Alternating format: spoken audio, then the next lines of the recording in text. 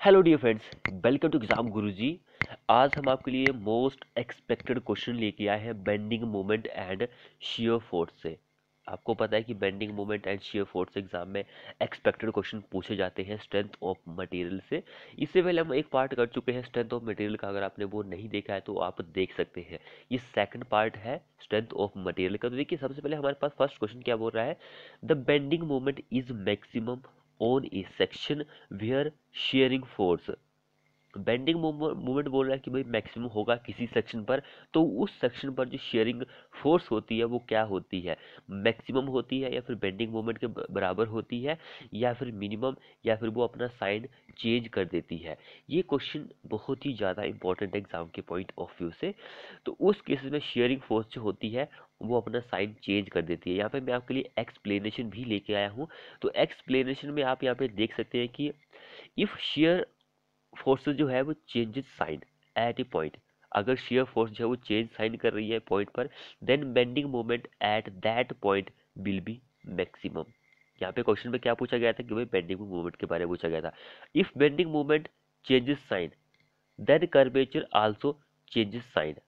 अब यहाँ पे देखिए, बेंडिंग मोमेंट भैया अपना साइन चेंज कर रहा है, तो कर्वेचर जो होता है वो भी अपना साइन चेंज करता है एट दैट पॉइंट, उस पॉइंट पर। Then such a point is called point of contraflexure और पॉइंट ऑफ इनफ्लेक्शन। ये चीज आप ध्यान रखिए, दोनों पॉइंट इंपॉर्टेंट है एग्जाम के पॉइंट ऑफ व्यू से।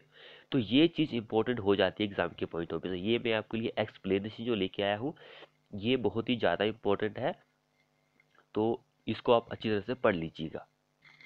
अगला क्वेश्चन क्या बोल रहा है। If M is the external movement, M क्या है भाई, एक्सटर्नल मूवमेंट है, which rotate the near end of the prismatic beam without translation, the far end being fixed, then the movement induce at the far end is. Movement जो induce होगा far and में वो क्या होगा, zero होगा, या फिर half the same direction as M, या फिर एम बटा two in the opposite direction as M, या फिर नन ऑफ द अबव। तो मूवमेंट जो इंड्यूस होगा वो ऑप्शन बी हमारा आंसर हो जाएगा। Same direction as M, M की सेम डायरेक्शन में इंड्यूस होगा। यहाँ पे एक्सप्लेनेशन में उतनी तो नहीं है, लेकिन ये पूरी कहानी लिखी हुई है, आप देख सकते हैं। अब अगला क्वेश्चन देखिए। In a continuous bending movement diagram, continuous bending movement diagram जो है उसमें the point where changes sign is called.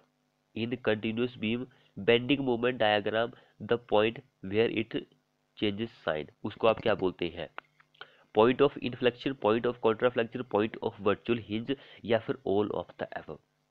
जहां पर आपका बेंडिंग मोमेंट अपना साइन चेंज करता है उसको आपको पता है कि पॉइंट ऑफ कॉन्ट्राफ्लेक्शन आप बोलते हैं। एंड पॉइंट ऑफ कॉन्ट्राफ्लेक्शन जो होता है उसका एक और नाम है, वो है point of inflection and point of virtual hinge. यानी कि ऑल ऑप्शन हमारा इस क्वेश्चन में आंसर हो जाएगा। ये चीज आप ध्यान रखिए। अब यहाँ पे एक्सप्लेनेशन भी आप यहाँ पे देख सकते हैं। If shear force changes sign at a point, then bending moment at that point will be maximum। ये अपना साइन चेंज करेगी तो ये मैक्सिमम होगा। If bending moment diagram changes sign then curvature also changes sign at a point, then such a point is called point of contraflexure और point of inflection और point of virtual hinge. ये तीनों चीजें आप याद रखिए, ये चीज इंपॉर्टेंट है यहाँ पर। तो ये एक्सप्लेनेशन बहुत ही जरूरी है। अगर आपने हमारे चैनल को सब्सक्राइब नहीं किया है तो कर लीजिए और साथ में बेल आइकन को प्रेस भी कर लीजिए। सो अगला क्वेश्चन क्या बोल रहे हैं यहाँ पे। For a beam shear span is defined, फिर डिफाइंड होगा, defined as the zone where shear span is defined as the zone where shearing force constant होती है या फिर जीरो होती है, या फिर बेंडिंग मोमेंट कांस्टेंट या फिर bending moment zero. For a beam shear force is defined as the zone, जहां पर shear force कांस्टेंट होती है। ए हमारा इस क्वेश्चन में आंसर बन जाएगा। एक्सप्लेनेशन में उतना ज्यादा तो नहीं है, आप फिर भी पढ़ सकते हैं पढ़ना चाहे तो। सो नेक्स्ट क्वेश्चन देखिए। For a beam subjected to point loads, for a beam कोई एक बीम है उसके ऊपर क्या लग रहा है, पॉइंट लोड लग रहा है भाई। तो shear force between point load, जो shear force होगी पॉइंट के बीच में, लोड के बीच में, वो क्या होगी, constant has parabolic and always remain zero, या फिर लीनियर पैराबोलिक वेरीज लीनियरली। क्या आंसर रहेगा इस क्वेश्चन का। तो इसमें हमारा आंसर जो रहेगा कांस्टेंट होती है। शेयर फोर्स जो होती है पॉइंट्स लोड के बीच में वो कांस्टेंट होती है। यहाँ पर थोड़ी सी एक्सप्लेनेशन भी आप देख सकते हैं। एक्सप्लेनेशन में क्या बोल रहा है कि when a beam is subjected to point load, when a beam is subjected to point load shear force between points load is constant। यहाँ पे नेक्स्ट स्टेटमेंट देखिए, any beam segment where no load are applied, कोई beam है भाई जहाँ पर कोई भी लोड्स अप्लाई नहीं हो रहा है तो shear फोर्स जो होती है वो रिमेन कांस्टेंट रहती है या फिर हॉरिजॉन्टल लाइन रहती है। रिमेन कांस्टेंट या फिर हॉरिजॉन्टल लाइन रहती है। अगर कोई लोड नहीं लग रहा है, पॉइंट लोड लग रहा है तो कांस्टेंट होती है, कोई भी लोड नहीं है तो रिमेन कांस्टेंट ही रहती है और हॉरिजॉन्टल होती है। ये चीज़ भी आप याद कर लीजिए क्योंकि इसको लेकर भी एग्जाम में क्वेश्चन बन सकता है, तो इसको भी आप अच्छी तरह से देख लीजिए। उसके बाद अगला क्वेश्चन देखिए, the reaction at a roller spot of beam will be, the reaction at a roller spot, कोई रिएक्शन लग रही है roller spot of a beam will be, क्या होगी, तो वो नॉर्मल टू स्पॉट होती है, नॉर्मल टू स्पॉट। बी हमारा इस क्वेश्चन में आंसर हो जाएगा। अगला क्वेश्चन देखिए, at a hinge in a beam,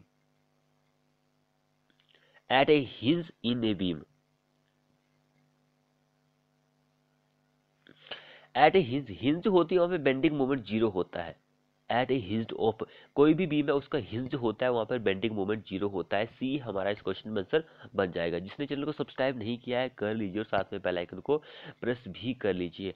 अगला क्वेश्चन हम यहाँ पे देखते हैं, the point of contraflexure is also called as, point of contraflexure, जहाँ पर बेंडिंग मोमेंट्स अपना साइन चेंज करता है उसको आप पॉइंट ऑफ कॉन्ट्राफ्लेक्सर बोलते हैं। उसके दो और नाम है, एक है पॉइंट ऑफ इनफ्लेक्शन, एक point of virtual hinge. So either option दोनों ही हमारे करेक्ट आंसर हो जाएंगे। तो इसको आप अच्छी तरह से देख लीजिए, ये क्वेश्चन बहुत ही ज़्यादा इंपॉर्टेंट है। उसके बाद देखिए, the flexural rigidity of a beam is, flexural rigidity of a beam, flexural rigidity जो होती है बीम की वो क्या होती है, flexural rigidity of a beam is the product of elastic constant and movement of inertia. Elastic constant and movement of inertia जो होता है उसका प्रोडक्ट होता है, तो elastic and movement of inertia E I, option A हमारा इस question में आंसर हो जाएगा। Flexural rigidity of a beam is the product of elastic constant and movement of inertia of the beam. So इसको आप याद रखिए, that is flexural rigidity is equal to E I, option A हमारा answer हो जाएगा। अगला question क्या बोल रहा है यहाँ पर देखिए, in a fix beam, fix beam में हमारे पास at fix end, fix beam है एट फिक्स एंड पर, फिक्स एंड पर क्या होगा,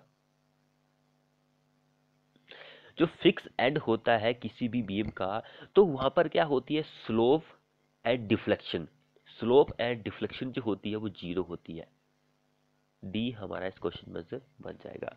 फिक्स बीम जो होता है किसी भी बीम का तो वहां पर जो स्लोप एंड डिफ्लेक्शन होती है वो दोनों ही जीरो होती है। अगला क्वेश्चन देखिए, क्वेश्चन क्या बोल रहा है, if a fix beam is subjected to a point load, fix beam जो है उसके ऊपर क्या लग रहा है, पॉइंट लोड लग रहा है एट उसके मिड स्पैन पर, मिड स्पैन पर लग रहा है, तो total number of points of contraflexure are, so total number of contraflexure of कितने होते हैं, total number of points of contraflexure जो होते हैं वो कितने होते हैं, दो होते हैं। अगला क्वेश्चन देखिए, when there is sudden increase और decrease in shear force diagram, बोल रहा है कि भाई अचानक से इंक्रीज भी हो रही है बढ़ भी रही है शियर फोर्स डायग्राम जो है between any location, between any location में, तो it indicate that the location has, location जो होती है उसके पास क्या होता है, ये पॉइंट लोड होता है at acting moment, no load या फिर मैक्सिमम बेंडिंग मोमेंट, क्या होता है उस लोकेशन पर, क्या होता है वहां पर, तो वहां पर पॉइंट लोड होता है। सडन इंक्रीज और decrease in sharing force diagram जो होता है एट एनी लोकेशन तो उसको पॉइंट लोड लग रहा होता है। अगला देखिए, rate of change of shear force is equal to, so question क्या बोल रहा है, rate of change of shear force is equal to, तो किसके बराबर होती है, intensity of loading, intensity of loading के बराबर होती है rate of change of shear force जो होती है इसके बराबर होती है। यहाँ पे एक्सप्लेनेशन में आप देख सकते हैं, मैंने बताया है कि भाई rate of change of shear force जो होती है वो इंटेंसिटी ऑफ लोडिंग के बराबर होती है, and rate of change of bending moment along the length of beam वो होती है शियर फोर्स के बराबर। ये दोनों पॉइंट इंपॉर्टेंट है आपके एग्जाम के पॉइंट ऑफ व्यू से। अगला क्या बोल रहा है question, at the point of contraflexure. Point of contraflexure जो होता है वहां पर बेंडिंग मोमेंट अपना साइन चेंज करता है, नेगेटिव पॉजिटिव से नेगेटिव इस तरह से साइन चेंज करता है, वाइस वर्सा भी चेंज कर सकता है, उसको पॉइंट ऑफ कॉन्ट्राफ्लेक्चर बोलते हैं। सो ए हमारा इस क्वेश्चन में आंसर बन जाएगा। अगला और लास्ट क्वेश्चन देखिए हमारे इस वीडियो का। क्वेश्चन क्या बोल रहा है, ये क्वेश्चन भी बहुत ही ज़्यादा इंपॉर्टेंट है। जिसने चैनल को सब्सक्राइब नहीं किया है वो कर लीजिए और साथ में बेल आइकन को प्रेस भी कर लीजिए। इस क्वेश्चन के 3 क्वेश्चन बनते हैं। अब देखिए क्वेश्चन के 3 क्वेश्चन कैसे बनते हैं।